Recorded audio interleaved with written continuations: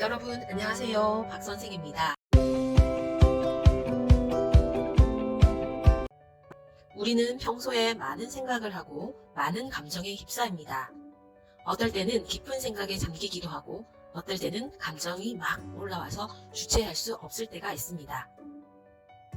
그러면 제가 질문을 한번 해보겠습니다. 생각과 감정 중에 어느 것이 더 힘이 셀까요? 저도 그렇고 주변 사람들도 그렇고 주위를 가만히 살펴보면 우리가 살아가면서 가장 쉽게 다치고 가장 오래 아픈 곳이 감정으로 인해 다친 마음입니다. 아주 사소한 말이나 표정이나 행동도 그것이 자신의 감정의 스위치를 건드리게 되면 누구보다 큰 상처를 입기도 하고 그것을 회복하고 치유하기까지 시간이 오래 걸리기도 합니다. 미성년자인 학생들도 그렇습니다. 학생들과 대화를 해보거나 일상을 들여다보면 제일 힘들어할 때가 성적이 떨어졌을 때보다 감정적으로 상처를 받았을 때입니다. 앞에서 질문 드렸던 생각과 감정 중에 힘이 센 것은 당연히 감정이겠지요. 만약 감정보다 생각이 더 힘이 세다면 기분 나쁜 말을 들었을 때 나는 감정을 잘 다스릴 거야. 나는 감정을 잘 다스릴 수 있어. 라는 생각만으로 감정을 다스리고 내 감정을 조절할 수 있겠지만 그것은 한낱 나의 생각일 뿐 내 감정은 이미 상처가 나 있습니다. 감정에 의해 그런 생각조차 마비될 때가 많은 거죠. 그래서 오늘은 이 감정에 대한 이야기를 해볼까 합니다. 아이가 잘못을 반복했을 때 부모님과 선생님은 화를 내면서 지도를 하게 됩니다.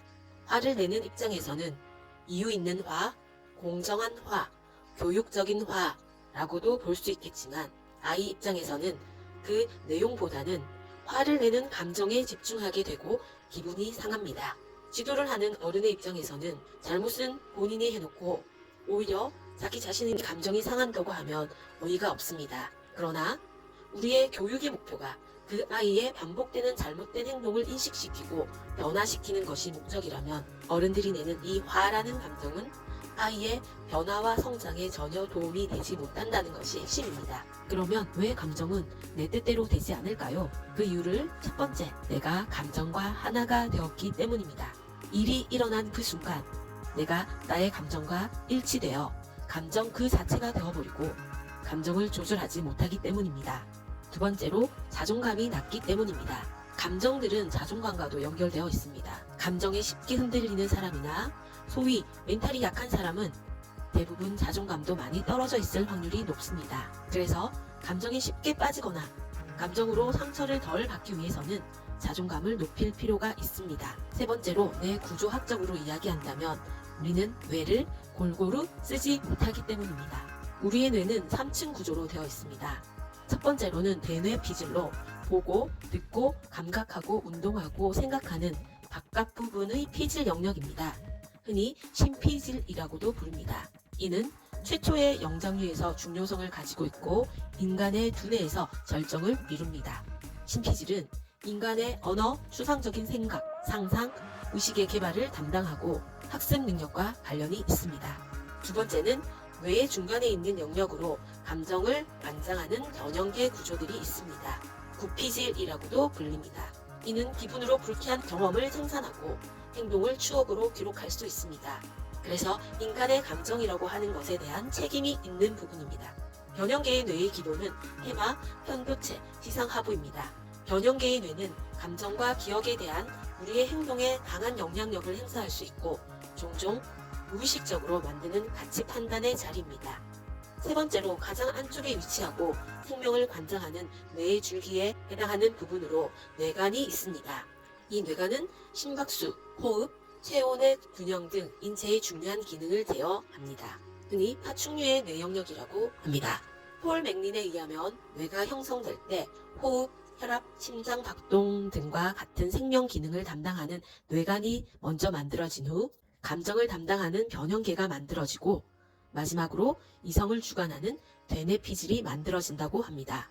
오늘날 인류인 현대인들은 심피질을 가장 많이 사용합니다. 심피질은 논리와 사고가 앞서고 자연스러운 감정작용이 억제되고 끊임없이 스트레스와 과도한 사고작용이 일어납니다. 지나친 심피질의 사용은 자유로운 감정을 정화하는 구피질과 생명력을 관장하는 뇌관을 약화시킨다고 합니다.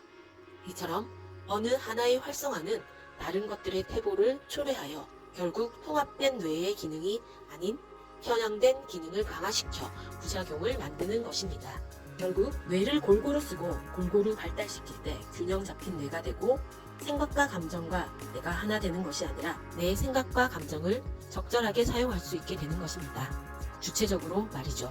우리의 뇌 구조를 알고 그 구조를 이해한 상태에서 우리의 뇌에도 휴식을 주고 이완하고 뇌에 골고루 자극을 주는 훈련과 연습을 통해 내 생각과 감정을 분리시킬 수 있고 내 생각과 감정을 자유자재로 조절할 수 있습니다.